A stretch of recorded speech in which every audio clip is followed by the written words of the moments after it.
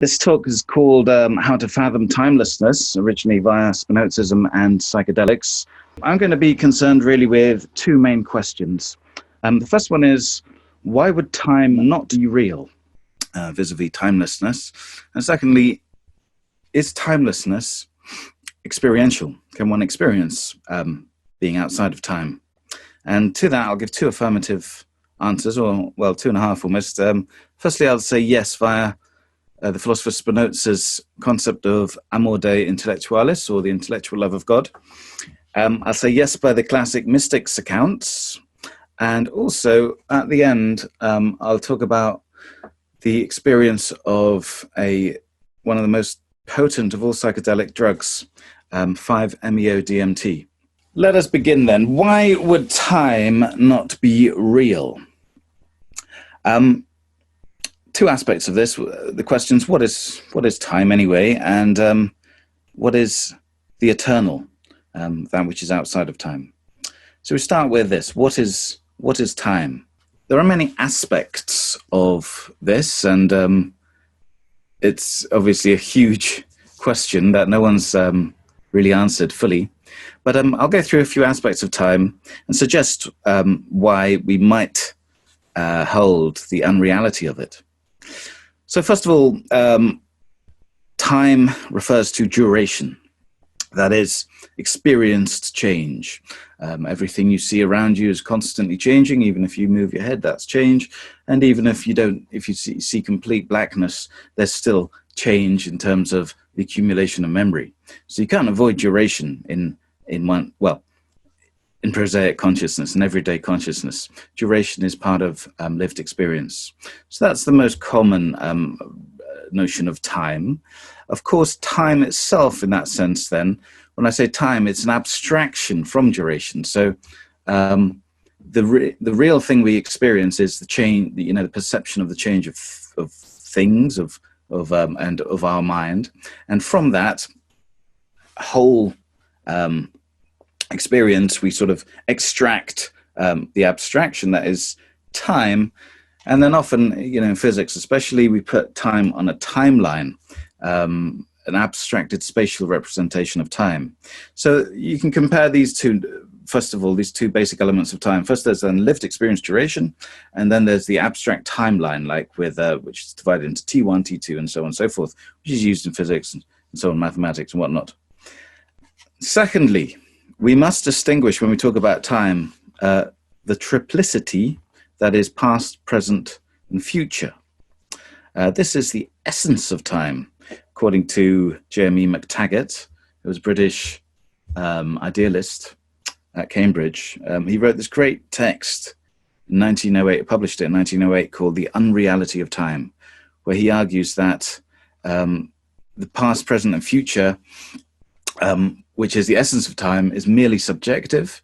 It can't really be properties of events themselves, because they couldn't have all those three attributes at once, which he's, much more complicated way than I'm explaining it, but which he then leads him on to say that, in absolute reality, mind-independent reality, we can't have past, present, and future. This is also, of course, the view of the classic idealists, especially Kant, who says time is merely a projection of our mind and doesn't exist in the world out there in itself, the world in itself, the noumena, the thing in itself. So anyway, so we can distinguish in time this triplicity, past, present, and future. And I should just emphasize this fact that in physics and science, there is no such thing as the present moment as compared to the past and the future. The present moment is determined by the mind itself. So you take away the mind, and you've taken away that fundamental aspect of time itself. What are you left with? Well, you can still talk about the order of events, the C-series, as McTaggart calls it, which are not subjective, but objective. So, first A happens, and B, then C, then D, then E, and so on and so forth. This seems to be objective, although it comes into question when you consider relativity. So there's the first, I'll just summarize so far, there's the first pair of duration versus timeline. There's a second aspect, which is triplicity as against the order of events. Another aspect of time, very important, is what William James called the specious present. That means the length, the duration of the present moment. And again, you can't say that this is an objective fact, a mind-independent fact, rather, of the universe. The specious present, the length of the present moment, the now, is very much determined, again, by our minds, and it can extend and it can contract. Related to that is what Henri Bergson calls the rhythm of duration, or the speed of time. Even this is very subjective, which means that speed of time can change according to one's predicament, human's predicament, but also according to species. So there is evidence that different species perceive time faster or slower than we do. For example, a fly might perceive our whacking of it in slow motion, unfortunately. Also, I remember, like, for example, my brother told me of this very peculiar incident only some months ago, where he was riding his bike very fast, and suddenly a toddler ran onto the road in front of him, and he held his brakes, his back brake, but it wasn't slowing down enough. So he held the front brake, and then he tipped over. Luckily, flew over the child and, well, hurt himself landing, but luckily an arc that avoided the child. But anyway, the interesting aspect of that was, this is a known phenomenon. Everything for him suddenly slowed down. He was sort of moving very slowly, and he could perceive the child, the parents in disarray, and so on. And so for him then, the rhythm of duration, the speed of time, was suddenly slowed down. And again, this is a subjective aspect of his mind due to the danger of his predicament. So again, we can say that this rhythm is subjective, not mind-independent. Fourthly, we can consider time as the fourth spatial dimension, vis-a-vis Minkowski and Einstein. Minkowski was Einstein's mathematics teacher. I mean, there was before 1905, when the first theory of relativity came out, there were good mathematical theories as to why there were more than three spatial dimensions, stemming really from Riemann, who proved that you can have a geometry based on multiple dimensions of space, not just the three that we presuppose. I mean, Aristotle said that, physicality is three-dimensional. That's just it. There cannot possibly be more without contradiction. But this seemed to be, at least theoretically, mathematically, not right. So Riemann proved that you can get very coherent geometries then based on 4 dimensions, 5 ad infinitum. But it was Minkowski really who suggested that time was a spatial dimension, which is hard to fathom. It wasn't, I mean, Minkowski sort of formulated it mathematically, but this idea was already prevalent before him. I mean, even in The Time Machine, the novel, you can see this idea from 1895, I think it was, H.G. Wells.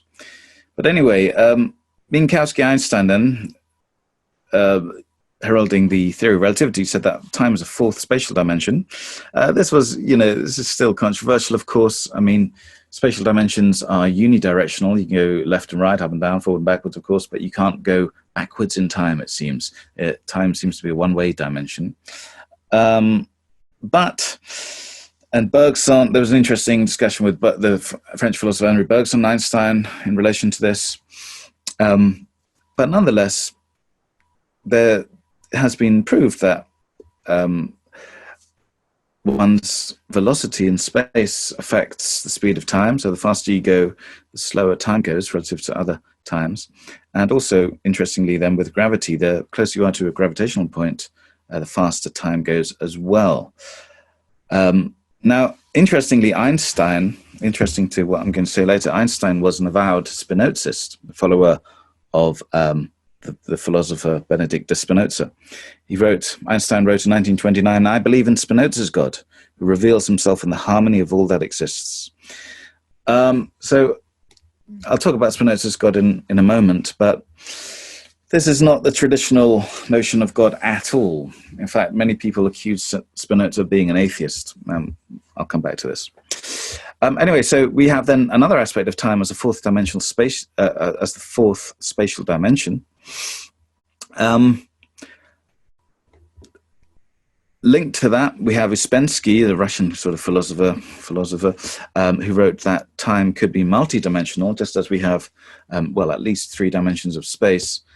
There could be multiple dimensions of time as well. I'm not going to get into that, but it's very interesting, although highly speculative. I should say as well that, modern theories of physics, string theories, they propose that there are actually 11 dimensions of space, including time as a dimension. But other physicists disagree with that completely, saying there are only 3 spatial dimensions. But I'm not going to get into that. But anyway, the notion is not anti-science. I should point that out. So we have then time then as fourth spatial dimension, as possibly multidimensional. One can consider it that way at least. And as I said, time is as relative to gravity and speed. So those are just, you can say much more about time than that, but I've only got half an hour, and I see I'm slow already. So yeah, just to summarize then, so we have, what is time? Duration as opposed to a timeline. We've got triplicity, past, present, future, as opposed to the order of events. We've got the specious present, the duration of now, as opposed to the, not as opposed to, in complement to the rhythm of duration, the experienced speed of time. And then we have time as a fourth spatial dimension, time as perhaps multidimensional itself, and relative to gravity and speed and theories of relativity. So, if that is time, then if one considers time without subjectivity, without the mind, time independent of mind, then in this objective reality, it seems that, all of this is debatable, by the way, but it seems that there is no distinction of past, present, and future, as I mentioned. This is an old understanding or dilemma or question, paradox. Even Saint Augustine of Hippo, who was who sort of brought Platonism to Christianity, who lived in the 4th and 5th centuries AD, he asked this in his book Confessions: if the future and the past do exist, I want to know where they are. Wherever they are not there as future or past, but as present. He never really answered that, but in this book Confessions, there's a really wonderful talk about the paradoxes or the problems of time, which of course really relates to the problem of existence itself. What do we mean by existence? Do we just say that the present exists, or do we give an ontological status and existence to the past and the future? I mean, seems that there seems to be a reality to the past which is different to the reality of the BFG or some fictional character or unicorn or whatever. These are different types of unrealities or different types of realities. But if the past does exist, then, as Augustine asked, where are they? How do they exist? Einstein, in relation to this, in relation to the triplicity of past, present, and future, wrote in 1955, he, quote, "People like us who believe in physics know that the distinction between past, present, and future is only a stubbornly persistent illusion." So, yeah, so the argument then is that, without the mind, there is no past, present, and future. Also, there is no limited length of the present. The specious present is just a subjective phenomenon, which means that objectively or mind independently, that could stretch to infinity itself, both ways. In other words, there is no present, and there is no past, and there is no future as distinct. It is all one, as it were. Likewise, there is no speed of time, no rhythm of duration, because this seems to be very mind-dependent as well. Now, this is not to say that experienced time is not real. I mean, this is Bergson's fundamental point. You know, the most real thing that we have, the thing that we know more than anything else, is that we have experience, and experience is for the most durational. But at the same time, that we have to accept that that durational aspect of time is mind dependent on minds. It's not necessarily mind independent. So it can be concluded that absolute reality is eternal. In other words, timeless, outside of time. I'll just quickly talk about what is meant by the eternal or eternity. Well, so it's existence outside of time, timelessness. It's not everlastingness, as the theologians call it, which means infinite within time, from the past to the future, ad infinitum, infinite duration. It's not that. It's, as it were, outside of that. It's not infinity in other senses as well. It's not sort of actual infinities like Leibniz speaks about with regard to his monads, going an infinite hierarchy of monads in physicality, or, well, for his ideality, as it were, really. And it's not potential infinites, so like the mathematical distinctions between smaller and larger infinites, if that's not a paradox. It's actually not related to time at all. It's the eternal, as is traditionally meant, is then something next to time, as it were. Now, the next question here is, well, if this timelessness has a reality, has a form of existence, is it experiential? And one thing I should have mentioned actually just before is that the eternal, does refer to existence outside of time. This means triplicity at once, then, immediate actuality, so the past, present, and future at once. It also means, I should have said, eternal objects or eternal truths and qualities. So this is what Alfred North Whitehead calls eternal objects, traditionally known as universals. Arguably, universals include qualia, so even the color red, which Whitehead says doesn't come into existence and doesn't go out of existence. It can be instantiated within existence, but its essence itself is eternal outside of any duration of experience. Also, mathematical theorems, like the Pythagorean theorem, seems to be an eternal truth. It exists whether or not any being has ever discovered it. It seems to be true without it ever being actualized. So those are two main definitions of the eternal: existence outside time, which includes then eternal truths, and triplicity, immediate triplicity. Is this timelessness experiential? Can one, I mean, in a way, this sounds paradoxical. You know, if we say that mind-independent reality is timeless, surely every time the mind has experience, it must be then in duration and in time. It can't be timeless. Kant said this, you know, the condition of experience is time, and it's impossible to experience it otherwise. But there are many mystics, reports from mystics who say they have had an experience outside of time, and a lot of psychonauts, people who have taken psychedelic experience, who also report this. I'm going to look at, though, Spinoza then, and his intellectual love of God, which seems to be a very rare and difficult experience of the eternal, of existence outside of time. And I've got 10 minutes to do so. Okay, so very quickly then, who was Spinoza? He was born in 1632, died 1677. He was a Sephardim, which means the Jewish people who came from the Iberian Peninsula, Spain, Portugal, who were sent out by the Catholics there, and they had to sort of practice in fear and in secrecy. And anyway, Spinoza's forefathers, they moved to Amsterdam, which was much more open-minded, liberal, and tolerant of different faiths and beliefs. Moved there, but he was, unfortunately, in his 20s, he was excommunicated by his Jewish community because his views already were very much at odds with the established religion. He was also later castigated by the Christians there in Amsterdam.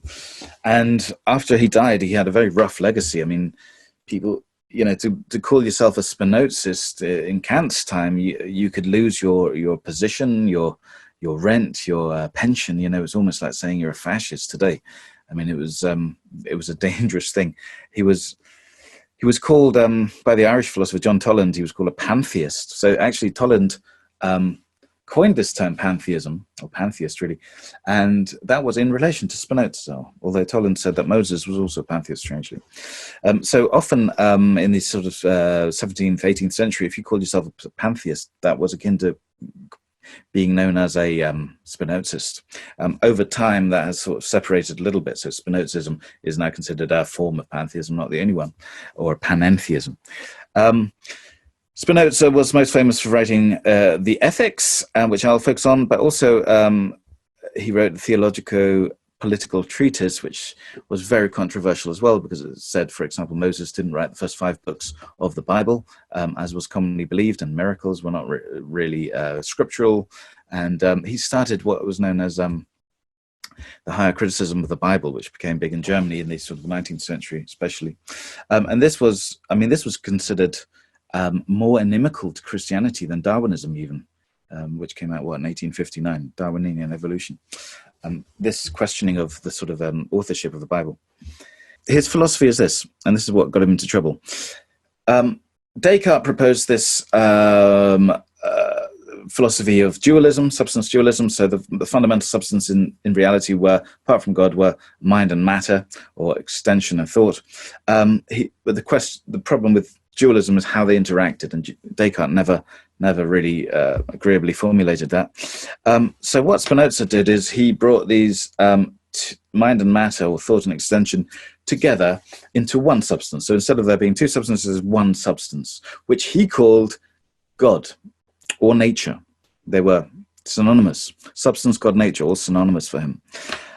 Now, this was perfection itself, and by definition, that had to exist, and it had to have, by being perfect, it had to be eternal. It could not be of a finite duration. It was infinite. And so this was a monism. It was not material monism or materialism, which is that everything is made of matter, and it wasn't mental monism or idealism, that everything is fundamentally mind. No, it was that God was substance. There were 2 attributes of substance that humans were aware of, and that was then thought and extension, or mind and matter. Not quite the same, but more or less the same.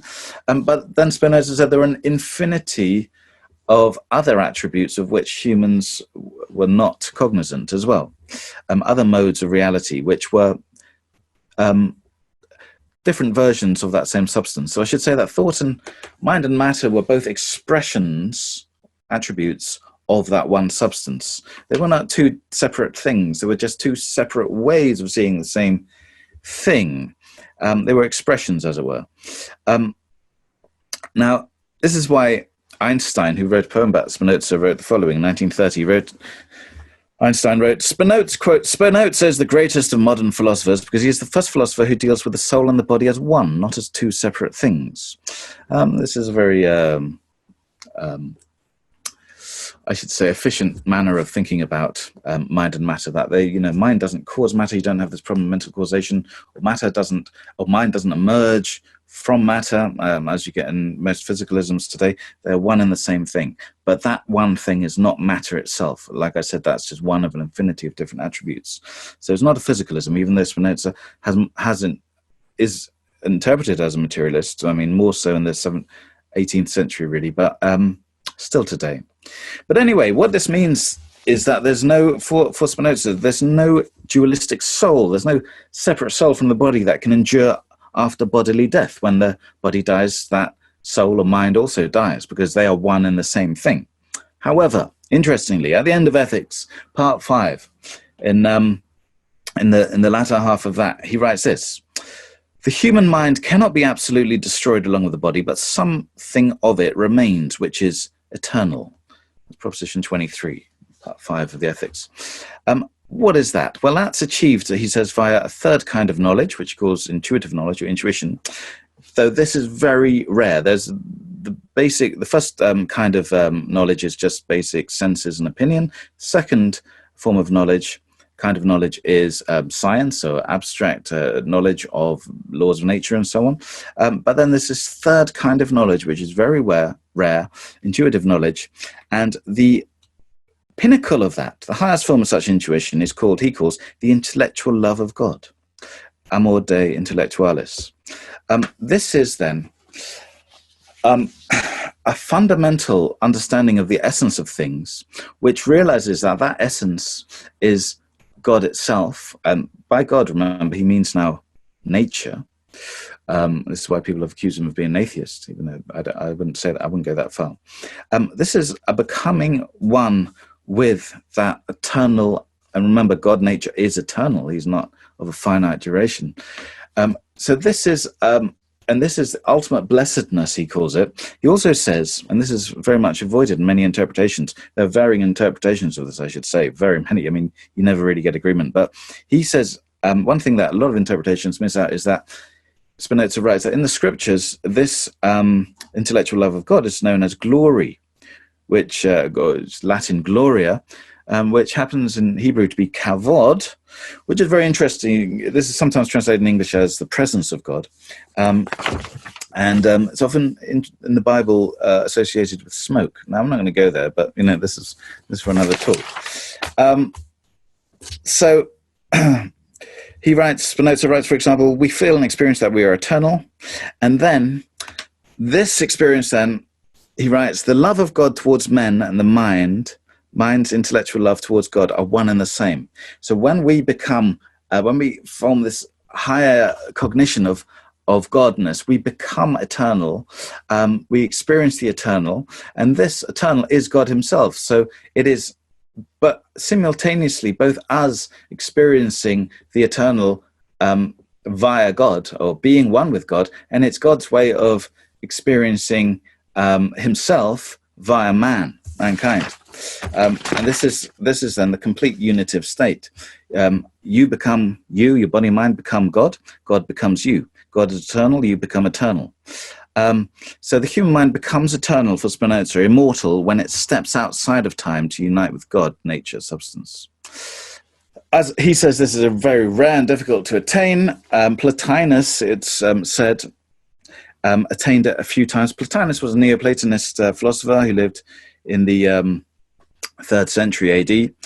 He wrote this, quote, "For how can one describe as other than oneself that which, when one saw it, seemed to be one with oneself? There is no doubt why in the mysteries we are forbidden to reveal them to the uninitiated." Now this leads on to psychedelics, and I realize I'm out of time. I'll just quickly go into it then. So the mysteries, in ancient Greece, there were these mystery festivals, Dionysian festivals. The prime one were known as the Eleusinian Mysteries in the town of Eleusis, which was 13 miles or so from Athens. And the large ceremony there took place annually. Everyone was allowed to attend it who could speak Greek and wasn't a murderer. And it is speculated that in this potion that initiates took, called the kykeon, there was a psychoactive element of some kind. Like Albert Hoffman, who discovered LSD, he thought it was ergot, which is a fungus that grows off wheat, barley, and a barley field was next to the temple, I should say, in Eleusis. But anyway, whatever it was, the sort of ostensible purpose of the Eleusinian Mysteries was to get rid of the fear of death. And Spinoza's ethics really is a kind of metaphysics of that. It's both a psychology and a metaphysics. So by understanding that although your mind and matter are one, there is no soul, there is still an eternal aspect of existence that can be attained. One can still step outside of time. Now, Plotinus, and also the last Neoplatonist, Proclus, I should say, they suggested that this can be attained through these rituals. And this moves us on then to psychedelics. And there are experiences, many reports, that one with certain psychedelics experiences something akin to this intellectual love of God. One becomes one with everything. Time stops, but yet experience is there. I myself, as I mentioned, have had an experience with 5-MeO-DMT, which was near inexpressible. It bore this extreme, you can't even use the word feeling, but this extreme sense of importance. I was gone in Earth years, as it were. I was out of it for about 15 minutes, but to me, it was an instantaneous thing. It was not visual, except for a whiteout to start with, slight hexagonal patterns.